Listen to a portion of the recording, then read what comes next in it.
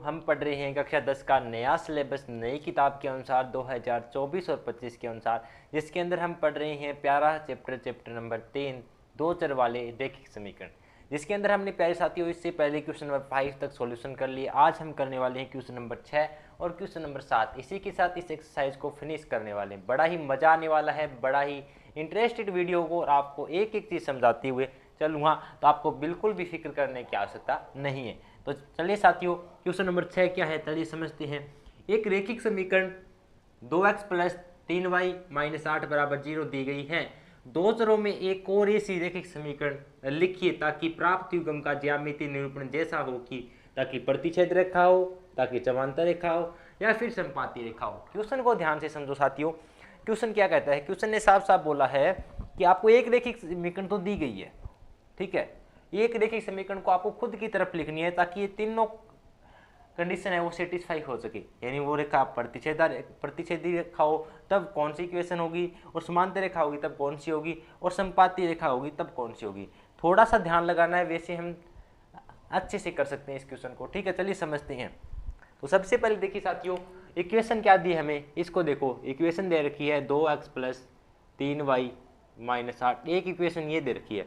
यहाँ से हम बता सकते हैं कि a का मान कितना है 2, और b का मान कितना है 3, और c का मान कितना है -8। ये साथियों हम बता सकते हैं, यहाँ से बता सकते हैं ना। तो चलिए सबसे पहले अगर मैं देखूं प्रतिच्छेद रेखा का, तो आपको याद होना चाहिए कि प्रतिच्छेद रेखा होती है तब कौन सी कंडीशन लगती है। मैंने बताया साथियों आपको, प्रतिच्छेद रेखा थोड़ी सी अपने दिमाग पर जोर डालिएगा, और आपको पता है कि जब a1/a2 नॉट इक्वल टू हो b1/b2, वहाँ पे कौन सी रेखा होती है? प्रतिच्छेद रेखा होती है। कौन सी रेखा होती है साथियों? प्रतिच्छेद रेखा होती है। तो हमें एक इक्वेशन तो दे रखी है, दूसरी इक्वेशन इस प्रकार रखनी है कि ताकि a1/a2 और b1/b2 का मान बराबर ना आए। वहाँ पे हम दर्शा सकते हैं कि प्रतिच्छेद रेखा होगी। तो अपने खुद के हाथ में ही है। देखो मान अलग अलग आ सकते हैं, सबके हल अलग अलग हो सकते हैं, लेकिन ये कंडीशन सेटिस्फाई करनी चाहिए, ये शर्त हमारी लगनी चाहिए, ठीक है। अब देखो हमारा मेन मकसद है कि कैसे भी कैसे करके दूसरी इक्वेशन इस प्रकार लिखिए कि a2 और b2 का मान निकाल ले, तो वहाँ पे a1/a2 और b1/b2 का मान बराबर ना आए। तो बिल्कुल आसान है साथियों। जो हमने b1 देखिए, ये a1 का मान है, देखो फर्स्ट इक्वेशन है तो b1 c1, जो b1 का मान है उसे आगे वाले में a2 का मान बना दो, और जो a1 का मान है उसे आगे वाले में a2 का, और c की जगह आप कुछ अलग लिख देना चाहिए, ये लिख देना, कोई फर्क नहीं पड़ने वाला, क्योंकि हमें तो सिर्फ दो ही कंडीशन चाहिए, दो ही वेरिएबल का क्या करना है। जैसे कि मैं कहूँ आगे वाले में a2, थोड़ा सा दिमाग लगाना, a2 को मैं 3 मान लेता हूँ और b2 को 2 मान लेता हूँ, और c2 को कुछ भी लिख लो, चलो 3 लिख लेते हैं, ठीक है, 3 लिख लिया, ठीक है, लिख लिया 3। अब देखिए साथियों, अब आप कहेंगे सर आपने तो अपनी मन मर्जी से लिखा, कोई फर्क नहीं पड़ता साथियों, लेकिन मेरा उद्देश्य और आपका उद्देश्य सिर्फ एक है, कैसे भी कैसे करके a1/a2 और b1/b2 का मान कभी भी बराबर नहीं आना चाहिए। तो अगर मैं यहाँ से इक्वेशन बनाना चाहूँ तो देखिए a2 का मान 3 है, तो 3 × x का x प्लस b2 का मान कितना है 2 × y, और c2 का मान कितना है प्लस का 3 बराबर में 0। ये इक्वेशन बन गई सेकंड इक्वेशन, 3x + 2y + 3। तो साथियों एक बात बताइए, 2x/3। अब यहाँ से देखिए ये क्या है 2/3, यानी a1/a2 निकालिए, a1/a2 क्या गया 2/3, और b1/b2 3/2। क्या ये कभी बराबर होंगे? आप कहेंगे सर ये तो बराबर नहीं होंगे, ये तो नॉट इक्वल टू है, ये तो हम समझ गए, लेकिन आप ये बताइए ये कैसे आ गया फंडा। मैं बताऊं कि जब भी आपको ये पता चले, आपको पहले मन में फीलिंग आनी चाहिए कि जब भी प्रतिच्छेद रेखा होती है तब a1/a2 कभी भी बराबर नहीं होता b1/b2 के। तो जो इसकी जो पहली इक्वेशन दी होती है उसको जस्ट उल्टा कर दो, जो a1 का मान है उसे आगे वाले में b2 का मान बना दो, जो b1 का मान आगे वाले में a2 का, बस इतना सा काम कर दो। आई होप कि आप मेरी बात को अच्छे से समझे होंगे। मैंने क्या किया, पहले जो b1 का था उसे a2 को बना दिया, जो a1 का मान था b2, ताकि उस मान पलट जाए और कभी भी बराबर न आए। तो इस तरीके से क्वेश्चन को करना था साथियों। आई होप कि आप मेरी बात को समझे होंगे। अब देखिए इसका सेकंड पार्ट करते हैं। सेकंड पार्ट क्या है, देखिए बिल्कुल आसान क्वेश्चन है। समांतर रेखा, समांतर रेखा की कंडीशन क्या होती है बताओ?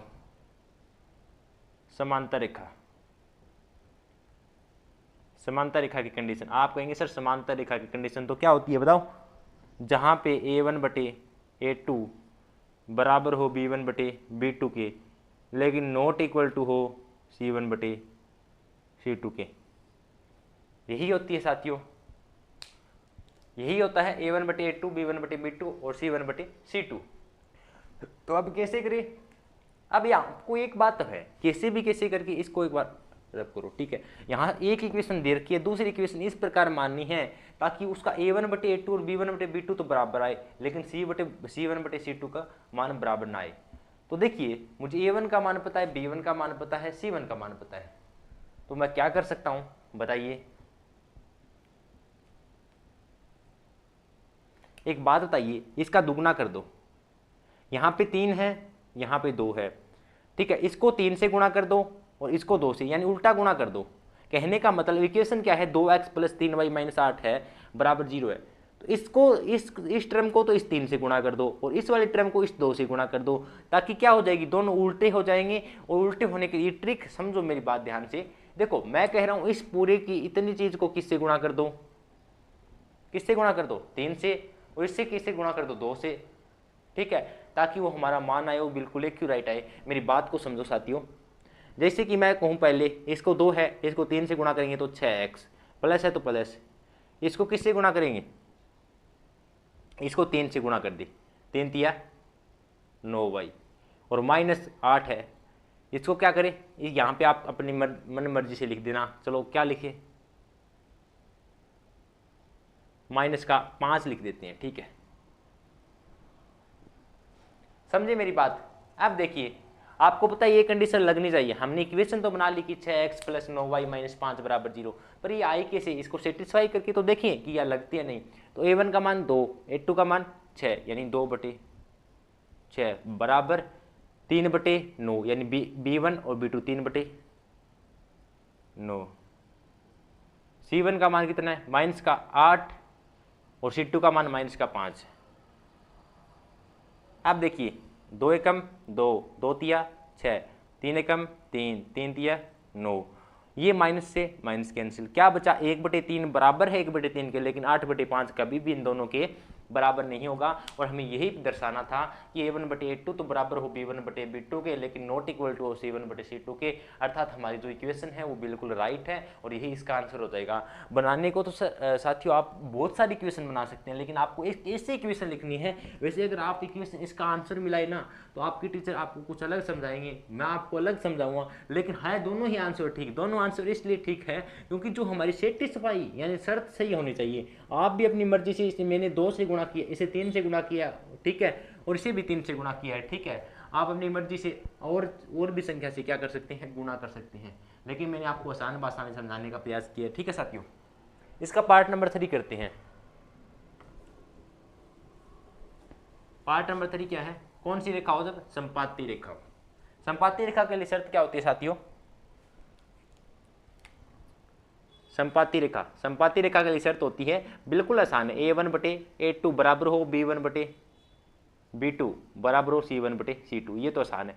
यानी जो इक्वेशन है इसकी डबल कर दो, बस मान बिल्कुल राइट आएगा। यानी हमेशा याद रखना, जब भी आपकी संपाती रेखा हो तो जो भी समीकरण दी और दूसरी समीकरण पूछी हो उसका जस्ट डबल कर दो। यानी 2 का डबल 4x प्लस 3 का डबल 6y, ठीक है, और 8 का डबल माइनस का 16 बराबर में 0, ठीक है। बस कितना आसान है। कैसे आया बताऊं? 2 का दुगना किया 4x, 3 का दुगना किया 6y, 8 का दुगना किया 16, ठीक है। अब देखो करके देखो, ये A1 का मान है और A2 का मान 4 और B2 का मान यहाँ से 6 और C2 का मान माइनस का 16, करके देख लो। आपको लगता है कि सर आपने सही किया है गलत, तो A1/A2 निकालो। 2/4 बराबर 3/6 बराबर 8/16, माइनस का 8 माइनस का 16, माइनस से माइनस कट गया, 8 एकम 8, 8 दूनी 16, 3 एकम 3, 3 दूनी 6, 2 एकम 2, 2 दूनी 4, ये भी 1/2, ये भी 1/2, ये भी 1/2, यानी तीनों ही मान क्या आए हैं? बराबर आए हैं। इसका मतलब जो हमने इक्वेशन निकाली है वो बिल्कुल राइट है। तो ये था आपका क्वेश्चन नंबर 6। अब चलते हैं क्वेश्चन नंबर 7 पर। तो साथियों ये रहा आपका क्वेश्चन नंबर 7 और इसमें क्या दिया गया, देखिए क्वेश्चन थोड़ा और भी बच गया है, थोड़ा बड़ा है क्योंकि क्वेश्चन थोड़ा सा लेंथ है, इसलिए मैंने बोर्ड पे पूरा नहीं लिखा। आगे दिया है कि एक्स अक्ष और इन रेखाओं से बने त्रिभुज के शीर्षों के निर्देशांक ज्ञात कीजिए और त्रिभुजाकार पटल को छायांकित भी कीजिए। जो ग्राफ से त्रिभुज बनेगा उसको आपको छायांकित भी करना है और उसके निर्देशांक भी लिखने हैं। सबसे पहले आपको क्या करना है, इन दोनों इक्वेशन से आपको ग्राफ खींचना है। उसके बाद आपसे जो भी त्रिभुज बनेगा, ये जो आप निर्देशांक से जो ग्राफ आएगा, ग्राफ में जो त्रिभुज आएगा उसको छायांकित करना है और उसका क्या करना है, आपको निर्देशांक लिखना है। ठीक है, मैं करके दिखाऊंगा साथियों पूरा का पूरा। देखिए सबसे पहले इक्वेशन नंबर फर्स्ट लेते हैं। इक्वेशन नंबर फर्स्ट क्या, x minus 1 plus y plus 1 बराबर 0। तो हम यहाँ से x का मान निकालेंगे। x बराबर, ये माइनस का y इधर जाएगा, प्लस का y, और ये प्लस का 1 इधर जाएगा तो माइनस का 1। देखिए कैसे किया, ये माइनस का y इधर गया, बराबर की इधर जाता है तो प्लस का हो जाता है, तो y इधर जाके प्लस का y, और ये प्लस का 1 इधर जाके माइनस का 1। ठीक है, ये आ गया आपकी इक्वेशन नंबर फर्स्ट। अब देखो इक्वेशन नंबर फर्स्ट से आपको पता है एक टेबल बनानी है जहाँ पे x और y के 3-3 मान मिलेंगे, और इसी प्रकार इक्वेशन नंबर सेकंड से बनानी है। सबसे पहले हम इक्वेशन नंबर फर्स्ट से बनाएंगे साथियों, चलिए बनाते हैं।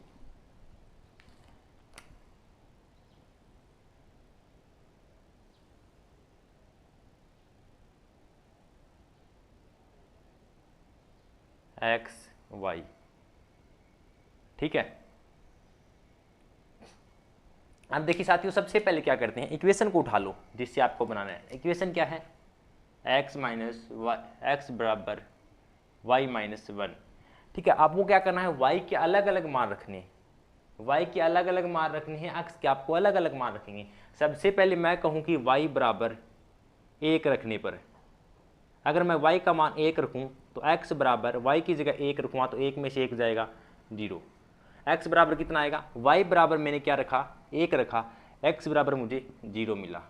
इसी प्रकार अब y बराबर 1 रखा, 1 के बाद 2 रखेंगे, 2 रखने पर y की जगह 2 रखेंगे, x बराबर y की जगह 2, जहाँ भी y दिखे वहाँ 2 रख दिया, -1। x बराबर 2 में से 1 गया 1, तो x का मान कितना आ गया 1, और y का मान कितना रखा 2। इसी प्रकार इसी इक्वेशन में आपको y का मान 1 को रख दो, y का मान 3 रखने पर साथियों, 3 रखने पर अब तो आपकी इतनी प्रैक्टिस हो गई होगी कि आप फटाफट कर सकते हैं। इक्वेशन है x बराबर y की जगह इस बार 3 माइनस, इसी इक्वेशन में रख रहा हूँ, 3 में से 1 गया 2, x बराबर कितना आ गया 2, y बराबर 3। ठीक है साथियों, तो यहाँ से देखिए आपके पास इक्वेशन नंबर फर्स्ट एक टेबल बन गई। ये आपको ऐसे नहीं लिखना है, आपको इस टेबल के पास में इस काम को करना है गणना में। जब आप कॉपी में अगर क्या है, हमारे पास तो बोर्ड है उसकी जगह का, मैं इसलिए मैं इसको रफ कर रहा हूँ, आपको रफ नहीं करना, आपको अच्छे से इसको करके आना है। ठीक है साथियों, इसी प्रकार हम क्या करते हैं, सेकेंड टेबल से यानी सेकेंड इक्वेशन से भी क्या बनाते हैं, टेबल बनाते हैं।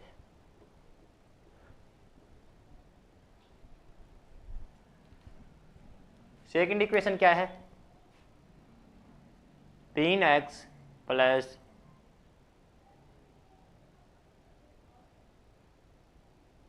देखो ये माइनस का 12 इधर जाएगा, मेरी बात ध्यान से सुनो, माइनस का 12 इधर जाएगा तो प्लस का 12, और ये प्लस का 2y इधर जाएगा तो माइनस का 2y, इधर क्या बचेगा 3x, माइनस का 12 इधर जाएगा तो प्लस का 12, और प्लस का 2y इधर जाएगा तो माइनस का 2y, और ये 3 गुना में है, इधर जाएगा तो भाग में।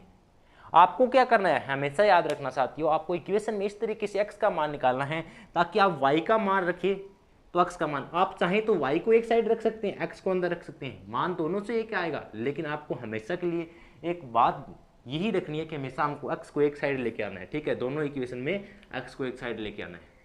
अब y के अलग अलग मान रखो, x के आपको अलग अलग मान मिलेंगे। चलिए करते हैं। इक्वेशन क्या है, मैं वापस लिख देता हूँ, x बराबर 12 माइनस 2y बटे 3, और इससे भी एक टेबल बनेगी।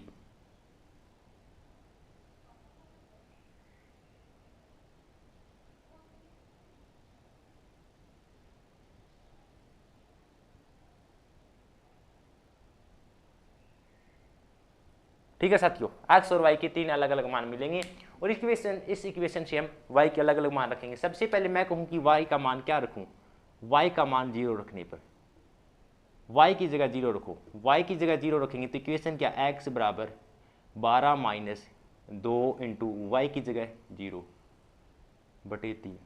2 को 0 से गुणा करेंगे 2 ही आएगा, 2 को 0 से गुणा करेंगे 0 ही आएगा, और 12 में से 0 घटाएंगे 12 ही आएगा बटे 3। 12 में 3 का भाग दिया 4, यानी आपने y का मान 0 रखा, x का मान आपको 4 मिला। y का मान आपने 0 रखा, x का मान आपको 4 मिला साथियों। इस अब क्या रखें, y का मान 1 रखूं क्या, एक बात बताओ, मैं y का मान 1 रखूंगा तो 2 एकम 2, 12 में से 2 गए 10 बचेगा, 10 में 3 का भाग जाता है पूरा पूरा, नहीं जाएगा, पॉइंटों में आएगा, हमें ऐसा नहीं करना है।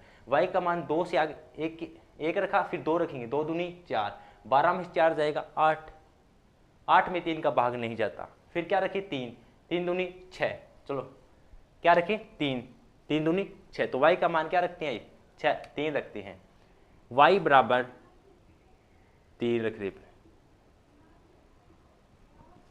x बराबर 12 माइनस 2 गुणा y की जगह क्या रखा है 3 बटे 6, बटे कितना है 3, सॉरी 12, 3 दूनी 6, 12 माइनस 6 बटे 3, 12 में से 6 गया 6 बटे 3, 6 में 3 का भाग दिया 2, कितना आया 2। y का मान 3 रखा और x का मान कितना मिला 2, y का मान 3 रखा, x का मान 2 मिला।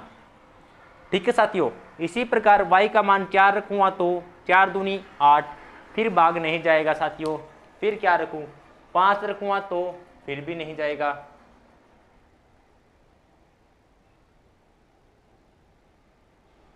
फिर क्या करें 3 का y का मान 0 रखा, 2 रखा तो भी नहीं गया, और फिर 3 रखेंगे तो भी नहीं गया, 3 का हो गया, ठीक है 4 रखेंगे, 4 दूनी 8, फिर 4 आएगा, फिर 5 रखेंगे 2 भी नहीं आएगा, और फिर 6 रखेंगे, तो फिर क्या रखते हैं y का मान 6 रखते हैं। y का मान 6 रखने पर, y का मान 6 रखने पर y की जगह 6 रखो, क्योंकि 6 दूनी 12, 12 में से 12 जाएगा 0, यानी ऐसा मान रखना है ताकि इसका 3 से पूरा पूरा कट जाए। तो इक्वेशन क्या x बराबर 12 माइनस 2 गुणा y की जगह क्या रखना है 6 बटे 12 माइनस 6 दूनी 12 बटे 0, सॉरी बटे 3, 12 में से 12 गया 0, 0 में 3 का भाग देंगे 0 ही आएगा, यानी हमने y का मान कितना रखा, y का मान 6 रखा, और x का मान कितना मिला हमें 3, यही मिला साथियों, x का मान 3 मिला।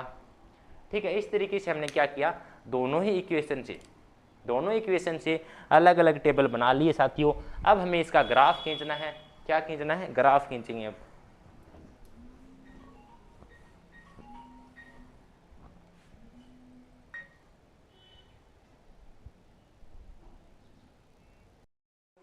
इसे अब ग्राफ में दर्शाते हैं, आपके सामने ग्राफ मैंने बना दिया है। आपको जानते हैं ये एक्स एक्स रेखा होती है और ये माइनस एक्स एक्स, ये प्लस की वाई एक्स, मैं लिख देता हूँ वाई एक्स, और ये माइनस का वाई, और ये प्लस का एक्स, और ये माइनस का एक्स, ये हम जानते हैं। अब आपको बस इस वैल्यू को इस ग्राफ के ऊपर दर्शाना है और कुछ नहीं करना है। तो चलिए दर्शाते हैं साथियों। सबसे पहले फर्स्ट टेबल से दर्शाते हैं 0,1, यानी एक्स पे तो आपको 0 चलना है, वाई पे 1, एक्स के ऊपर आपको 0, यानी एक्स के ऊपर चलना ही नहीं है, ना तो इधर चलना है ना इधर चलना है, एक्स पे ऊपर चलना ही नहीं, और वाई के ऊपर कितना चलना है 1, तो देखिए वाई के ऊपर 1 चलना है बस, ना तो इधर चलना है ना इधर, तो यही क्या है 0,1 है। ठीक है, उसके बाद क्या करना है 1,2, यानी आपको एक्स पे तो 1 चलना है और वाई पे 2, एक्स पे 1 चला और चलता गया, जहाँ वाई पर 2 आ गया वहाँ पे रुक गया, ये हो गया आपका 1,2, इधर लिख देता हूँ, ये हो गया 0,1। ठीक है, अब देखिए आगे 2,3, यानी आपको करना है एक्स पे तो आपको कितना चलना है 2, एक्स के ऊपर आपको 2 चलना है, 1 2, और वाई पे 3, चलता गया, जैसी देखो 2 के ऊपर एक्स के ऊपर +2 चलना है, +1 +2, चलता गया, जैसे ही वाई पे 3 आगे जाके रुक गया, ये क्या आपका 2,3। अब क्या करो, इस रेखा को मिला दो,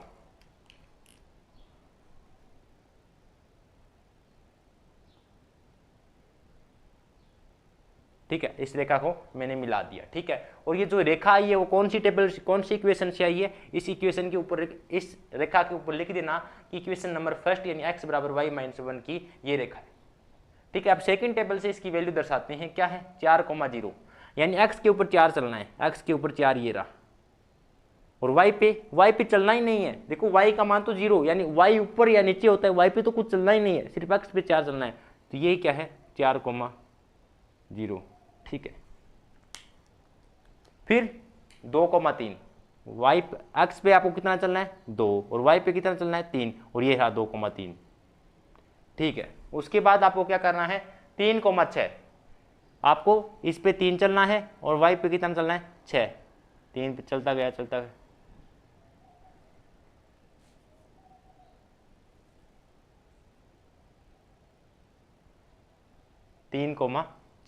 ये रहा। देखिए थोड़ा सा ग्राफ की रेखा इस तरफ है, होनी इस तरफ थी। ठीक है, क्योंकि थोड़ा सा ये इस तरफ है, मैंने रेखा नहीं खींची है, ये थोड़ा सा एकदम क्या होगा एक्यूराइट आएगा और ये रेखा क्या होगी आपस में मिलेगी। ठीक है, आप इसको कर लेना। ठीक है, इसने क्या कहा है 3,6।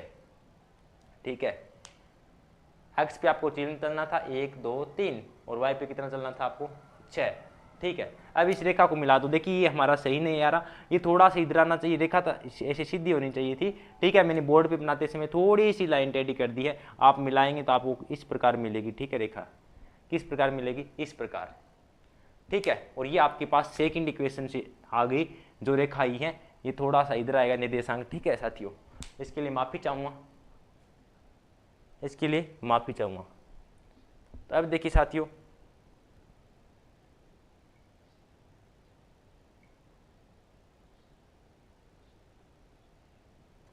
सॉरी, इसकी गलती नहीं है, हमारी गलती है। क्योंकि देखो हमने क्या रखा, y का मान 6 रखा, 6 दूनी 12, 12 में से 12 गया, हमने यहाँ पे 3 लिख दिया और मान कितना आया था 0 आया था, तो 6,0 था। कितना था 6,0,6। तो x पे आपको 0 चलना है, y पे कितना चलना है आपको 6 चलना है। तो ये कहाँ पे आएगा, ये रहा, इसे कहते हैं 0,6। अब मिला दो, ऐसे जाएगी रेखा। ठीक है, और ये हमें रेखा मिल गई। अब इसने क्या कहा है, आगे कहा है कि जो इससे बनने वाला त्रिभुज है, इससे बनने वाला त्रिभुज कौन सा, ये वाला त्रिभुज। साथियों ध्यान से देखना, ये वाला त्रिभुज, ये वाला त्रिभुज, इसको छायांकित करना। छायांकित करने का मतलब ऐसे, ठीक है, छायांकित कर दिया। अब इसके निर्देशांक भी लिखने हैं। निर्देशांक कौन कौन से हैं, यानी जहां जहां पे इसकी कूंट काट रही है, एक ये और एक ये और एक ये, इसके निर्देशांक भी लिखने हैं। देखो ये जहां काट रहा है वो उसके निर्देशांक कितने हैं 2,3, और ये जो कहां काट रहा है ये क्या है 4,0, और ये जो काट रहा है इसे क्या कहते हैं -1,0, और यही इस त्रिभुज के निर्देशांक आ गए। और हमने यही बोला था कि त्रिभुज के निर्देशांक ज्ञात कीजिए। तो साथियों ये था क्वेश्चन नंबर 7। ठीक है, बिल्कुल अच्छा सा क्वेश्चन था, प्यारा सा क्वेश्चन था, इंपॉर्टेंट क्वेश्चन है, ध्यान से समझना, वेरी वेरी इंपॉर्टेंट क्वेश्चन है क्वेश्चन नंबर 7। इसी के साथ हमारी एक्सरसाइज 3.1 कंप्लीट होती है। साथियों जरूर बताना कैसी लगी पूरी की पूरी एक्सरसाइज। अगर अच्छी लगी हो तो प्लीज़ दिल से लाइक करना और एक कमेंट करके जरूर बताना। और आप इसी तरीके से हमारे साथ पूरा का पूरा मैथ सीखना चाहते हैं तो आज ही हमारे साथ जुड़ जाइए और अपनी बेहतरीन तैयारी को मजबूत बनाने का काम हम कर रहे होंगे और आपके साथ मिलकर। तो चलिए साथियों आज के लिए इतना ही, मिलते हैं कल नेक्स्ट एक्सरसाइज 3.2 के साथ। तब तक के लिए जय हिंद जय भारत।